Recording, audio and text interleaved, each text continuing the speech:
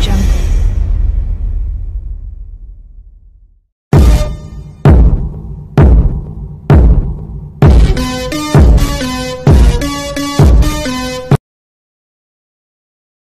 Shalom, soyez tous salués dans le puissant nom de notre Seigneur Jésus. Comme je le dis toujours, c'est le nom qui a été donné au-dessus de tout nom. Et il n'y a qu'au nom du Seigneur Jésus qu'un homme peut être sauvé. Alors, bien-aimés en Christ, aujourd'hui encore, je parlerai de quelque chose de très important. Aujourd'hui encore, je parlerai de quelque chose de très important qui concerne le côté spirituel, qui concerne ceux qui disent qu'ils sont envoyés de Dieu. Un pasteur qui dit qu'il est envoyé de Dieu, mais qui a reçu sa formation de la main d'un autre homme comme lui. Alors, les hommes ont usurpé la position de Dieu. Nous vivons dans une époque où les hommes eux-mêmes ont remplacé Dieu. Nous vivons dans une époque où les hommes ont décidé d'envoyer des prophètes à la place de Dieu. Et c'est ce que nous voyons aujourd'hui dans beaucoup de communautés, des églises qui naissent un peu de partout. Quand vous regardez dans le fond, ce n'est pas Jésus-Christ qui est prêché. Mais les hommes ouvrent leur propre business. C'est des affaires financières qu'ils ouvrent. Alors ils espèrent avoir plus de fidèles, parce que c'est en ayant plus de fidèles qu'ils peuvent avoir plus de dîmes et plus d'argent. Alors ils imposent le dimanche comme un jour du sabbat, parce qu'ils veulent que les gens viennent mettre l'argent dans la quête, mettre l'argent. Alors, ces soi-disant hommes de Dieu qui ne veulent pas travailler là, qui disent que non, ils servent déjà Dieu sur le travail. Maintenant, ils doivent être nourris, blanchis par les fidèles. C'est-à-dire qu'au lieu de s'occuper des fidèles, ce sont les fidèles qui doivent s'occuper d'eux. C'est ça la nouvelle génération des envoyés de Dieu. Un homme qui a été formé par un autre homme, il a envoyé, et il s'est dit envoyé de Dieu. Au lieu de dire tout simplement la vérité qu'il est envoyé des hommes. Un homme formé par un homme est envoyé par un homme. Ce n'est pas Dieu qui l'a envoyé. Ceux qui font école pastorale, grand séminaire, petit séminaire, école théologique, vous là, Jésus-Christ ne vous connaît pas. On ne va pas à l'école pour apprendre Dieu. Et pour devenir prophète là, on ne fait pas l'école des prophètes. Pour servir Dieu là, on ne fait pas l'école pour ça. C'est un choix que lui-même Dieu fait. Il te choisit et il t'envoie en mission. Alors, si vous n'avez pas eu la révélation, si vous n'avez pas eu l'appel, il faut laisser. C'est à cause de ça que vous déviez. C'est à cause de cela qu'à travers votre fruit, on vous reconnaît. C'est à travers ce fruit-là qu'on sait que vous n'êtes pas envoyé de Dieu. C'est pour ça qu'aujourd'hui, je dis haut et fort que l'église catholique n'est pas l'église du Seigneur Jésus. Jamais. Ce sont des égarés. L'église catholique est une bande d'égarés. Ce sont des Romains. Ils ont utilisé le nom du Seigneur Jésus à leur fin personnelle. L'église catholique fait le baptême au bébé. Comment peux-tu donner un baptême à un bébé? On te dit, allez-y. Les recommandations du Seigneur sont claires. Allez par tout le monde. Prêchez, annoncez la bonne nouvelle. Celui qui croira. Donc ici, nous constatons que pour prendre le baptême, il faut au préalable croire d'abord. Il faut croire à la bonne nouvelle qui t'est annoncée. Il faut confesser de ta bouche que Jésus est Seigneur et Sauveur. Après, il faut prendre le baptême au nom de Jésus pour l'obtention du Saint-Esprit, pour devenir un enfant de Dieu parfait, co-héritier avec le Christ. Mais les catholiques ont décidé de faire le contraire. Ceux dont on leur a demandé, ils ont dit non. Les catholiques ont décidé de ne pas écouter le Seigneur Jésus. Ils se réclament de Jésus, mais ils mettent Jésus en arrière, mais c'est Maman Marie qu'ils ont mis devant. Paul a dit, si quelqu'un aspire à la charge d'évêque, ça veut dire que si quelqu'un veut servir Dieu, alors il doit être marié d'une seule femme. Bon, pourquoi les prêtres ne se marient pas? pourquoi ils ne se marient pas? Ils doivent être mariés d'une seule femme. Et en ce moment, ils peuvent maintenant servir Dieu dans la tranquillité. Parce que il est recommandé à l'homme de se marier. L'homme doit se marier. C'est même un commandement du Seigneur. L'homme doit se marier. Et après, il peut le servir. Il n'est pas question de ne pas se marier avant de servir Dieu. C'est une doctrine qui est rentrée par la bouche des hommes et la ruse. Ça n'a rien à voir avec Dieu. Ils ont réussi à tromper le monde et ils se sont installés confortablement. L'Église catholique est installée confortablement dans beaucoup de pays du monde. Ils ont une main dans la politique et une main dans la spiritualité.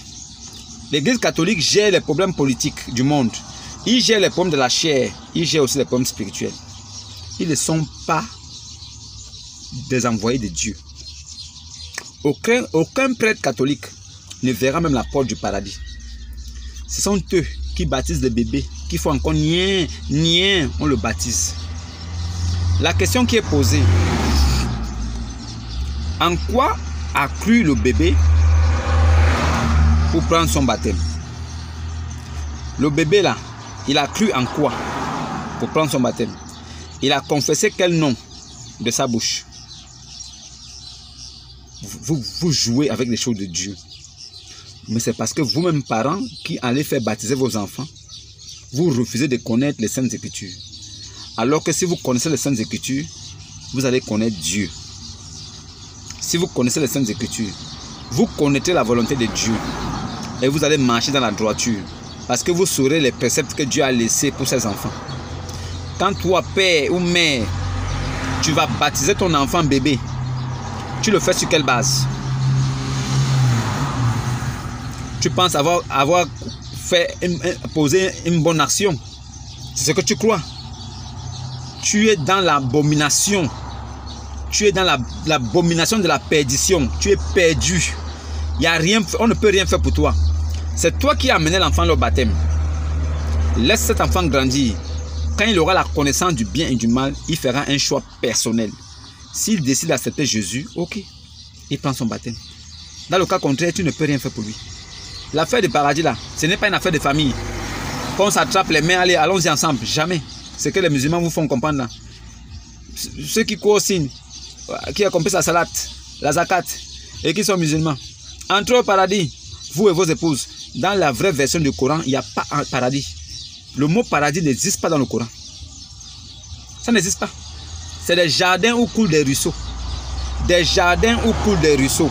Paradis là, de Allah, c'est des jardins où coulent des ruisseaux. Muhammad avait tellement pris la tête à ces gens-là qui n'ont pas compris que c'était lui qui était Dieu. En fait, Muhammad était Dieu de l'islam.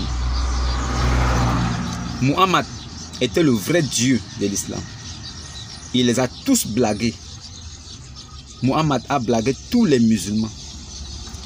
Il y a une sourate dont je vais taire le chiffre. Mais je vais seulement paraphraser, vous allez comprendre. Allah dit, Muhammad a ramené une version, c'est-à-dire Muhammad a ramené une sourate qui dit que les hommes musulmans et les femmes musulmanes n'ont plus rien à dire dès que Allah et son messager ont décidé de quelque chose. En fait, dans le Coran, c'est Allah et Muhammad qui décident. Ce n'est pas Allah qui décide et il envoie Muhammad accomplir. Non, non. C'est Allah et Muhammad ensemble qui décident de quelque chose. Si Muhammad a dit quelque chose, que ce soit faux ou ce soit vrai, vous allez seulement croire en ça. Et il vous dit que c'est Dieu, c'est Allah qui a dit. Et personne ne peut s'approcher pour dire que c'est faux. Dans l'islam, c'est Allah et Muhammad qui décident ensemble. Dans le christianisme, c'est Jésus qui a établi les lois. Et nous qui suivons Jésus, nous sommes obligés d'épouser ces lois-là et de vivre selon ces lois. Le chrétien a trouvé une loi établie par Dieu. Christ est venu sur la terre. L'Esprit Christ éternel, lui-même, il s'est déplacé, il est venu. Il a emprunté un corps, il est rentré dans le monde pour venir sauver son peuple. Il a accompli sa mission. Il a donné des recommandations. Il ne posait jamais de questions. Pierre, donc demain, comme vous irez par tout le monde, si vous annoncez la bonne nouvelle, celui qui veut croire, hein, Pierre, s'il veut croire, on fait comment? Bon, Pierre, décidons. Paul, il faut qu'on décide, hein, Paul. Annonçons la bonne nouvelle. Celui qui croit, baptisez-le à mon nom. C'est ça, non? Paul aussi dit oui, c'est ça. Ok, d'accord, donc écrivez ça comme ça. Ou bien, faites ça comme ça, selon ce qu'on a décidé. Jésus ne disait jamais selon ce qu'on a décidé. Jésus disait en vérité, je vous le dis. Voilà, c'est ça. Celui qui ne fait pas ça est comme ça. Celui qui fait comme ça est comme ça. Jésus donnait des recommandations et il expliquait tout.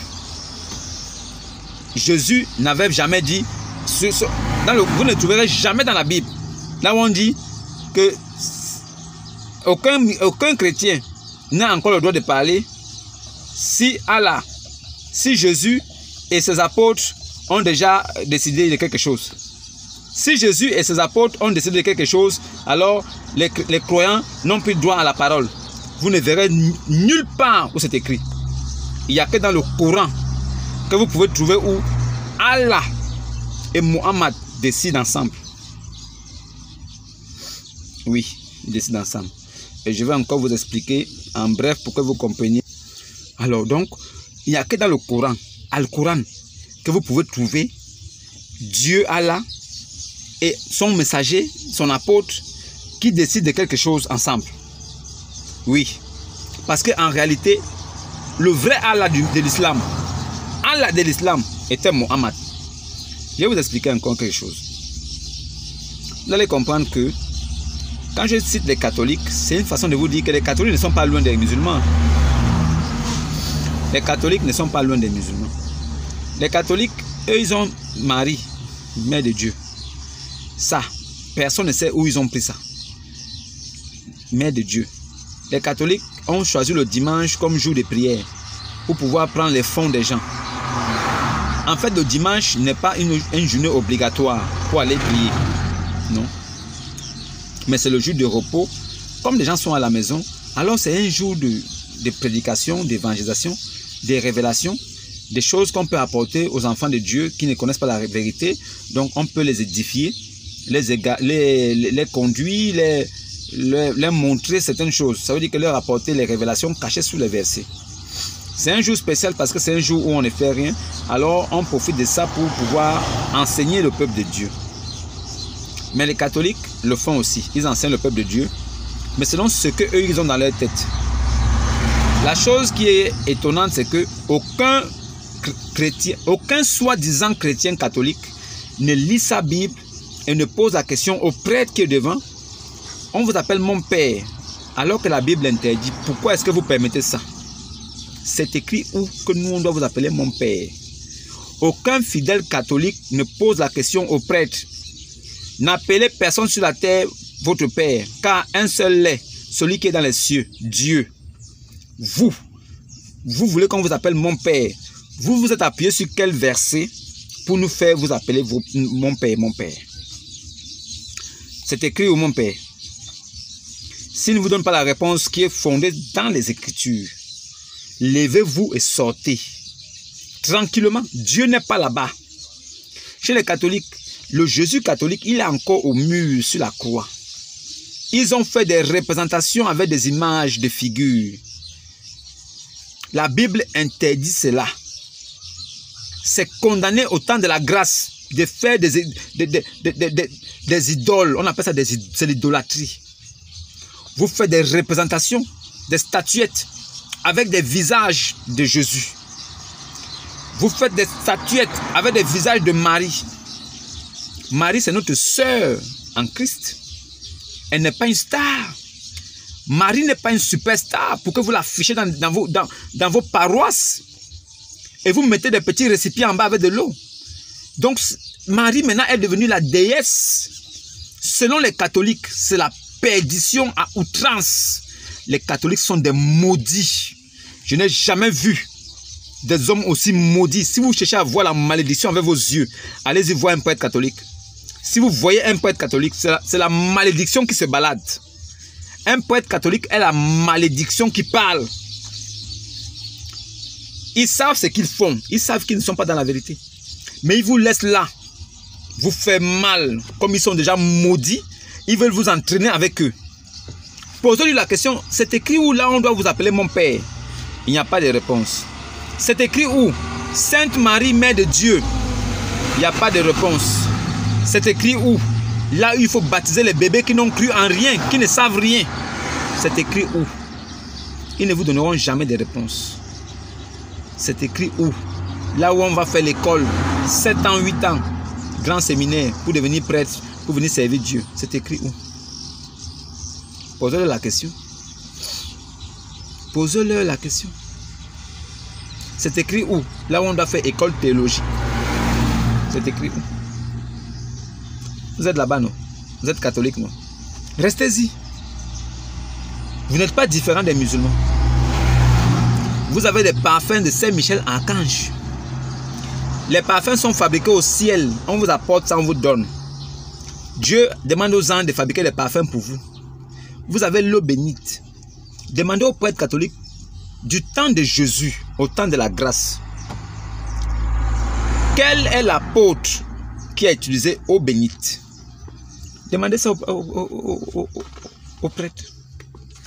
Il faut lui poser la question. Vous êtes intelligent?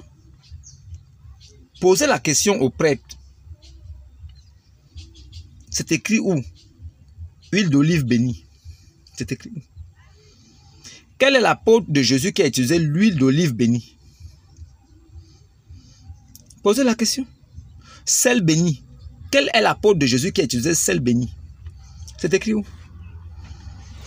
Posez la question au prêtre catholique. Là où on fait cours de catéchèse, cours de catéchumène. Posez la question, c'est écrit où? Dans quel livre? Quel est l'apôtre qui a baptisé une promotion de catéchumènes? Ils sont allés à l'école, ils ont passé le concours pour accepter le baptême. C'est-à-dire pour être baptisé, pour devenir enfant de Dieu, il faut faire l'école. Il faut passer un concours. Et c'est un homme qui décide si tu gagnes ou pas. Non, toi tu es échoué, tu es recalé, tu reprends la classe. Les choses de Dieu sont devenues des choses administratives. Non, non, non, toi tu ne peux pas passer maintenant parce que tu ne maîtrises pas encore. Il faut repasser. C'est quand tu auras ton diplôme l'année prochaine qu'on va te baptiser. Maudit. Posez la question à vos prêtres. C'est écrit où? C'est écrit où? C'est écrit où? Il est dit, celui qui croit, baptisez-le. Et après le baptême, enseignez-le maintenant à connaître qui est Dieu vraiment, dans les profondeurs. Mais au préalable, s'il a cru, il faut le baptiser. Mais comme c'est des roublards pour se faire de l'argent, ils ont fait rentrer toutes ces pratiques. Il faut venir à l'école, il faut payer le carnet de ceci, il faut payer ceci, ceci, il faut payer comme ça, comme ça. Tout ça, c'est pour faire rentrer l'argent dans les caisses. Ce sont des commerçants. Ce sont eux-là que Jésus avait fouettés dans la synagogue. C'était les catholiques. Que Jésus a fouetté, il les a frappés là. Ils fuyaient comme des fous là. Ce sont eux. Ils organisent des marchés, ils vendent des parfums, savon de Sainte-Marie, savon de Saint-Michel-Archange, savon de Gabriel, savon de Dieu Tout-Puissant, savon de ces divinités. Ils vendent dessus les parfums. Regardez à côté des églises catholiques, ils ont des boutiques là. Des gens vendent des produits, soi-disant saints. Ils vendent des petites photos de Marie, ils vendent des petites statuettes de Marie. En fait, ils ont organisé un commerce sous le nom de Jésus. Et en même temps, ils ont pris Joseph et Marie, ils ont mis en avant. Ils ont aussi pris les anges, Gabriel, tout ça, ils ont aussi mis avant. Ils vendent des statues des anges, ils vendent des statues de Marie. Ils te disent que non, c'est béni. Quand tu achètes, tu vas donner au prêtre. Le prêtre bénit ça, tu vas déposer à la maison. La perdition est avec l'église catholique. Il n'y a pas plus maudit que l'église catholique. Les catholiques sont des maudits. Ils ne peuvent même pas... Je dis, quand ils vont mourir là, ils seront ensevelis directement. C'est-à-dire, ils vont directement au fond de la terre. Des maudits. Et les gens les suivent. Les gens qui sont dotés d'intelligence suivent ces gens-là sans poser la question, c'est écrit où c'est que vous faites là? Vous nous enseignez des choses que Jésus n'a pas dit. Alors montrez-nous là où c'est écrit les versets où Jésus a fait les mêmes choses que vous. Pourquoi vous ne posez pas la question à vos prêtres? Ce que vous faites là, c'est écrit où? Donnez-nous les versets. Vous ne posez pas la question. Parce que vous êtes nés pour aller en enfer. allez-y tranquillement en enfer. Il n'y a pas de problème. Aujourd'hui encore, je parlerai encore de l'islam. Je parlerai de Muhammad, le prophète de l'islam, Muhammad. Je vous dirai encore quelque chose. Muhammad était le Dieu de l'islam. C'est le Dieu de l'islam qui s'est éteint en 620. Muhammad était le Dieu de l'islam qui s'est éteint en 620. Il est mort, empoisonné. Le poison l'a rongé petit à petit jusqu'à ce qu'il crève. Alors il est mort empoisonné. Muhammad est mort empoisonné. Le soi-disant apôtre de Allah, il est mort empoisonné. Allah n'a pas pu le sauver. Le soi-disant apôtre de Allah, Muhammad, est mort empoisonné à Kaïbar. Il a mangé le poison que la femme juive avait mis dans le gigot de mouton. Alors ça l'a attrapé. Et il a demandé à ce qu'on fasse venir la femme. Il a posé la question à la femme, pourquoi tu as fait ça? La femme a dit que si tu étais un prophète, le poison ne t'aurait rien fait. Si tu étais un prophète, le poison ne t'aurait rien fait. Donc comme le poison t'a touché là, tu es un faux type. Alors il a demandé qu'on la tue. On l'a décapité à cause de ça. Mais lui, il est mort dans des atroces souffrances. Ses compagnons l'attrapaient comme ça, on le tirait. Ses genoux traînaient au sol. Il était devenu comme un légume. Il cabinait, il faisait caca sur place, il faisait pipi sur place. Tout le mal qu'il a fait aux gens là, il a décapité les gens, il a poignardé les gens, il a tué des gens, il a percé les yeux des gens. Tout ce qu'il a fait aux gens là, il a même violé de certaines femmes. Tout ça là, l'a rattrapé dans le poison. Il est mort dans des atroces souffrances. Ce bandit, ce braqueur, ce voleur, il volait, il embuscadait les gens. Il braquait les gens, il volait leurs biens. Il faisait la guerre à certains peuples seulement à cause de leurs femmes. Il dit à son compagnon que, oh, regarde, ceux-là, ils ont des belles femmes. Hein? On va les embuscader, on va organiser une guerre, on va les tuer tous, on prend leurs femmes. Et c'est ce qu'il faisait. Quelqu'un comme ça, vous le suivez. Quelqu'un comme ça qui est mort, il est resté à terre, vous le suivez. Jésus a été élevé au ciel par Allah. Pourquoi Allah n'a pas élevé Muhammad? Pourquoi Allah élève Jésus le menteur, le faux crucifié, celui qui a fait semblant d'être crucifié là? Allah l'a élevé au ciel. Mais pourquoi Muhammad, qui est venu dire la vérité de Allah, Allah a laissé que le poison le tue? Et il est mort. Et Allah ne l'a pas aussi élevé au ciel. Pourquoi? Pourquoi Allah n'a pas élevé Muhammad au ciel? Si vraiment il est un vrai prophète, pourquoi il est resté à terre? Pourquoi Muhammad a trompé les musulmans avec la sourate 33 verset 56? Allah, c'était Muhammad. Allah, c'était Muhammad. Allah, c'était Muhammad. Muhammad, c'était Allah. Muhammad était Allah. Muhammad était Allah. Muhammad, il était Allah. Il a inventé la sourate 33 verset 56. Oh, ce bandit, pour assujettir tout le monde, pour soumettre tout le monde à ce qu'il va dire. Alors il invente la sourate 33 verset 56 qui dit: certes, Allah et ses anges prient sur le prophète. Oh, vous qui croyez, les musulmans, priez sur lui et adressez-lui vos salutations. Donc Allah, il se met à prier avec ses anges sur Muhammad. Comme Muhammad est devenu maintenant son Dieu à lui, voilà Allah qui prie maintenant sur Muhammad avec ses anges. Et il dit maintenant aux musulmans, oh, vous aussi qui croyez en ce bandit-là, priez sur lui et adressez-lui vos salutations. Ça veut dire que Muhammad a tout fait pour que même après sa mort, les gens pensent que oui, il faut prier sur lui et l'adresser les salutations. Ça va aller où? Quelqu'un qui est mort, vous le saluez, ça va faire quoi? Nous chrétiens, nous devons saluer notre Jésus. On peut dire paix et salut sur Jésus parce qu'on sait que Jésus est vivant. On peut le dire. Mais on ne le dit pas pourquoi. Parce que lui-même, il est la paix. Lui-même, il est le salut. On n'a pas besoin de dire paix et salut sur Jésus. Jésus, c'est le salut de l'humanité. Jésus, c'est la paix du monde. Il est roi de Salem, roi de justice. Il est la paix. Jésus-Christ est la paix lui-même. Donc, on prie Jésus pour nous exaucer. On sait que si on a Jésus, on a la paix. Et on a déjà le salut. On sait qu'on a le salut, on a la paix directement avec Jésus. On n'a pas besoin de dire paix et salut sur lui. Paix et salut sur lui. Paix et salut sur lui, c'est pour les vivants. Paix et salut pour le vivant. Celui qui écoute cette vidéo, qui suit cette vidéo et qui n'est pas encore converti. Paix et salut sur toi. Pour que Jésus te visite. Pour que tu comprennes que c'est lui qui est Dieu. Et que tu reviennes à lui. Et que tu cherches à prendre ton baptême en son nom. Et que tu sois sauvé. C'est ça là. Paix et salut sur toi qui écoutes. Paix et salut sur toi qui suivra cette vidéo. Paix et salut sur les vivants du monde entier. Pour que ce message puisse arriver au fin fond du monde. Et que ceux qui sont vraiment créatures et enfants de Dieu, sémences de Christ, reviennent à lui. Et cherchent à prendre leur baptême au nom de Jésus. C'est pour ça que la paix et le salut, c'est pour les vivants. Sourate 33, verset 56. Certes, Allah et ses anges, ils prient sur le prophète. Oh, vous qui croyez, priez sur lui et adressez-lui vos salutations. Ça va aller où? Salutations sur Mohammed, un mort, ça va aller où? Le Coran n'a même pas dit qu'on l'a élevé quelque part. Même au ciel, il n'a pas été élevé. Même élevé à terre, jamais.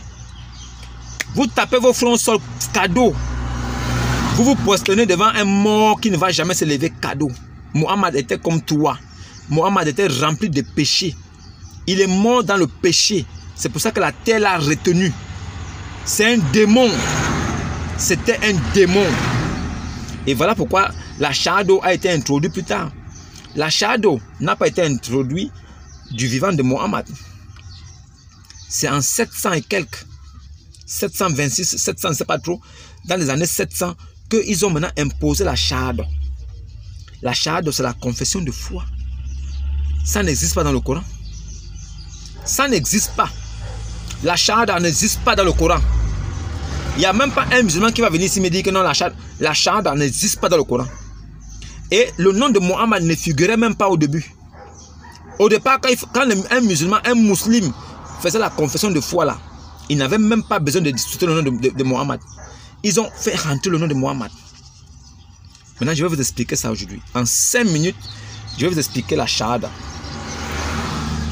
Ashhadu la ilaha illallah Muhammad Rasoul Allah. La ilaha illallah. Il n'y a de Dieu que Dieu. Pourquoi nous dire qu'il n'y a que de Dieu que Dieu? C'est quelle tautologie ça? Cet abus de langage d'un enfant de CM2.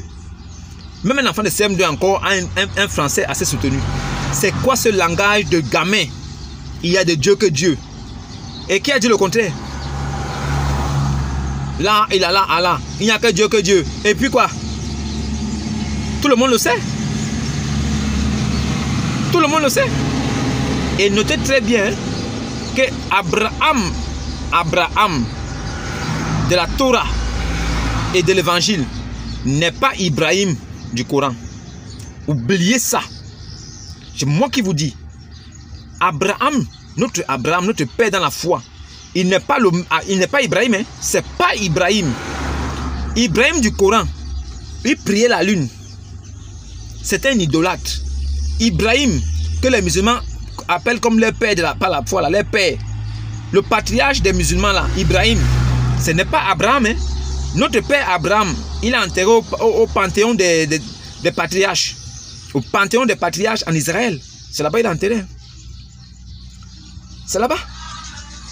Demandez bien à un vrai musulman, là où enterré Ibrahim. Vous allez voir comment il va commencer à contourner la question. Que Abraham est enterré où? Tu vas voir comment il va... Abraham n'a jamais été à la Kaaba. Abraham n'a jamais été en Arabie. Abraham n'a jamais construit la Kaaba. Abraham n'a jamais vécu à la Mecque. Abraham est enterré au panthéon des patriarches en Israël. Pourquoi Abraham n'est pas enterré en Arabie, à la Mecque? Pourquoi? Si Abraham était musulman, qu'est-ce qu'il fait en Israël?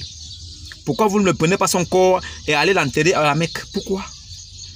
Parce que vous êtes égarés. Vous ne connaissez pas la vérité. Abraham n'a jamais été musulman. Abraham n'a jamais soumis quelqu'un par l'épée. Il n'était pas un soumis. Il n'était pas musulman. Abraham appelait Dieu mon père.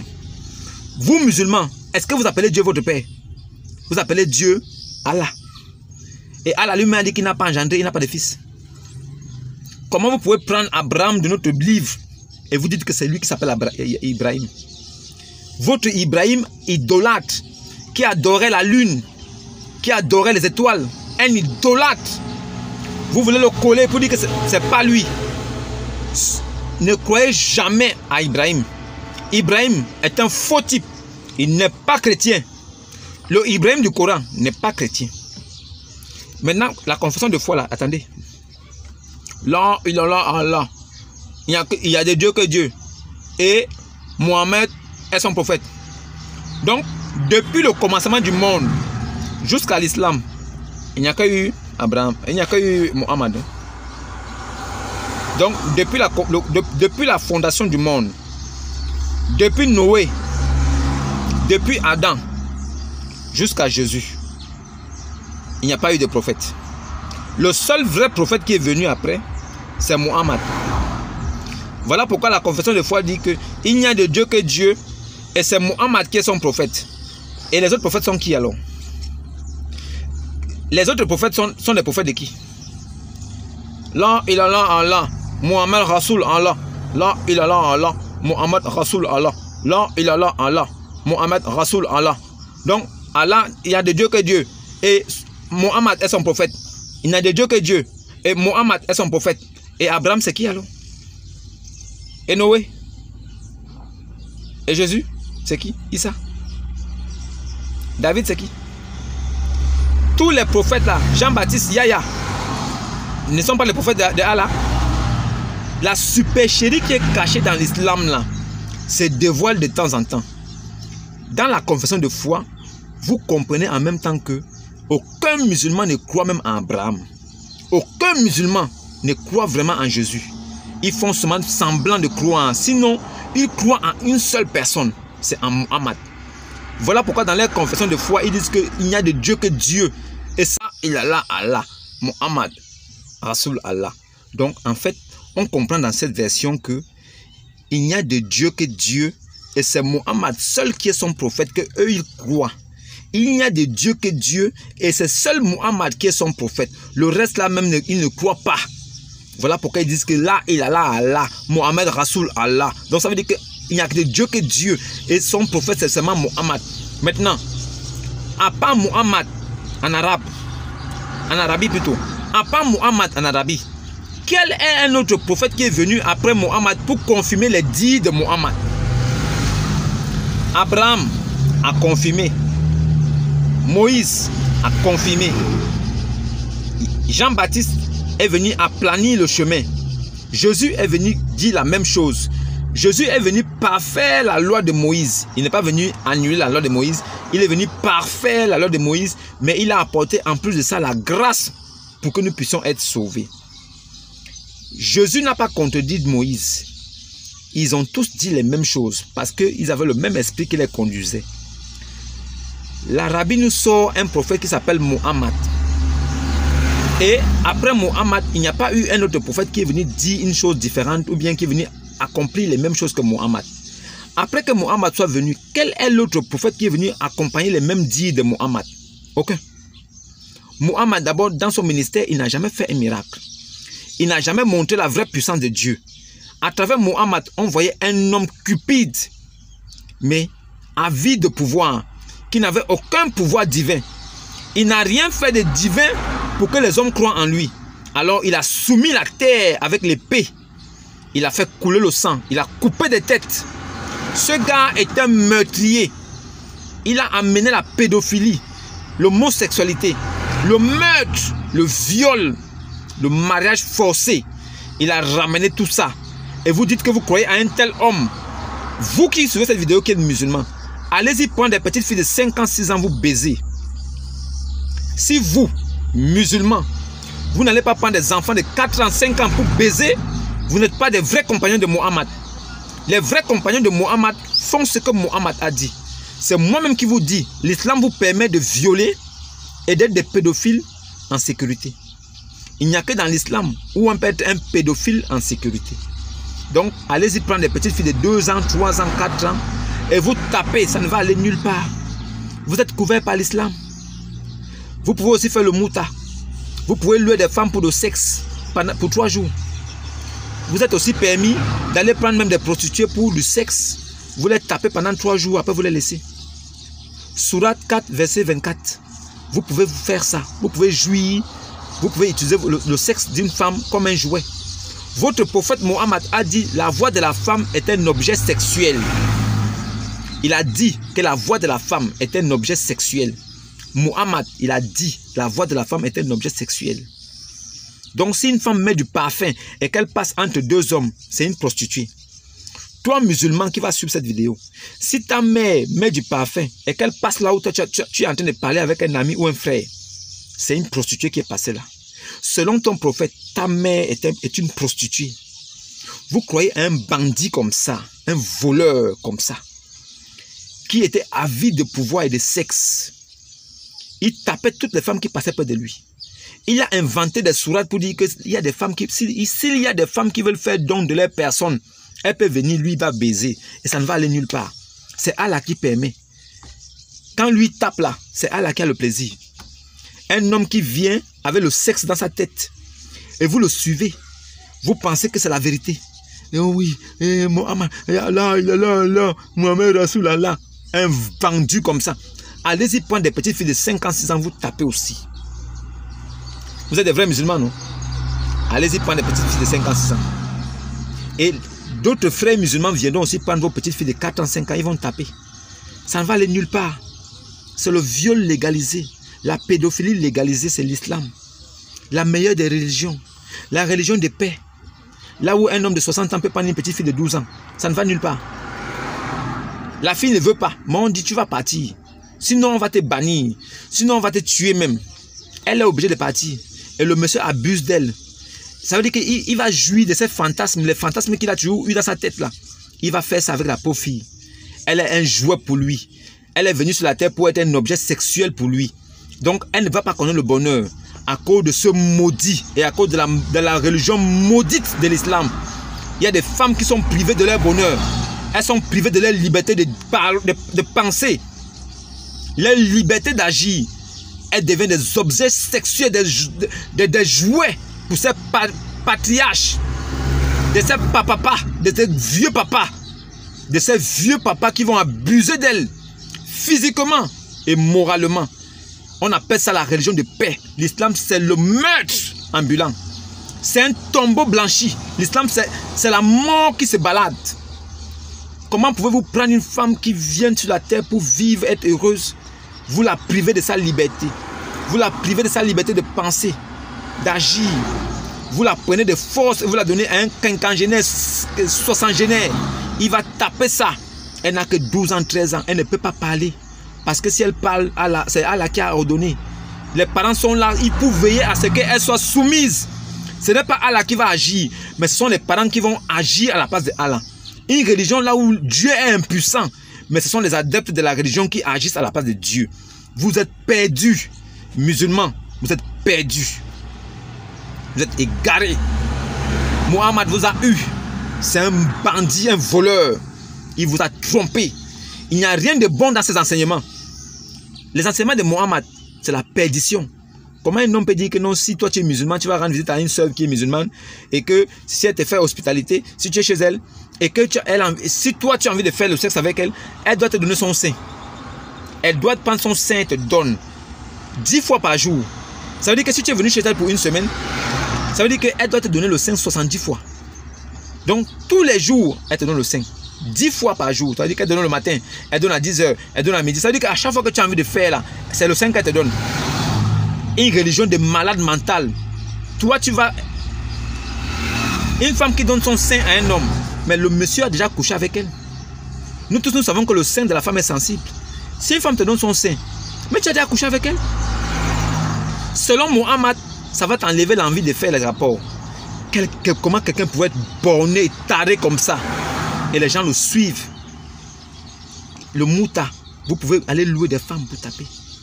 Quelqu'un qui dit que Dieu a créé Adam. Et après, il a tapé dans l'épaule droit d'Adam. Les blancs sont sortis. Il a tapé dans l'épaule gauche d'Adam. Les noirs sont sortis. Après, Allah a dit, les blancs, allez au paradis. Après, il a dit aux noirs, allez en enfer, je m'en fiche. Allah a créé les noirs pour qu'ils aillent en enfer. Mais il a créé les blancs et les arabes pour qu'ils aillent au paradis. Un maudit comme ça qui avait des esclaves en sa possession. Il vendait et achetait les esclaves noirs. Ce maudit qui abusait sexuellement de ses esclaves garçons et femmes. Il violait ses esclaves femmes.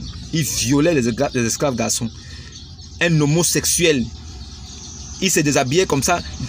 Les hommes lui faisaient les caresses, lui faisaient les bisous au dos partout sur son corps. Un homme comme ça, vous dites que ça c'est, vous dites que lui là, c'est un prophète. Je vous attends ici. Tout ce que j'ai dit là, j'ai des preuves. Tout ce que j'ai dit là, j'ai des preuves. Vous pensez qu'on ne connaît pas la Sourate 33? Le chapitre 33 du Coran a été falsifié. La Sourate 33 était au départ plus de 270 versets. Ils ont tout supprimé. La malédiction qui était là, ils ont supprimé. Ils ont laissé 70 et quelques. Ils ont enlevé plus de 100 versets. Aïcha a dit que non, c'est le mouton qui est venu manger ça. Que pendant qu'ils étaient en train de se concerter et se préparer maintenant pour les funérailles, les cérémonies du décès de Mohammed, un mouton est rentré dans la chambre et il allait bouffer une partie du Coran.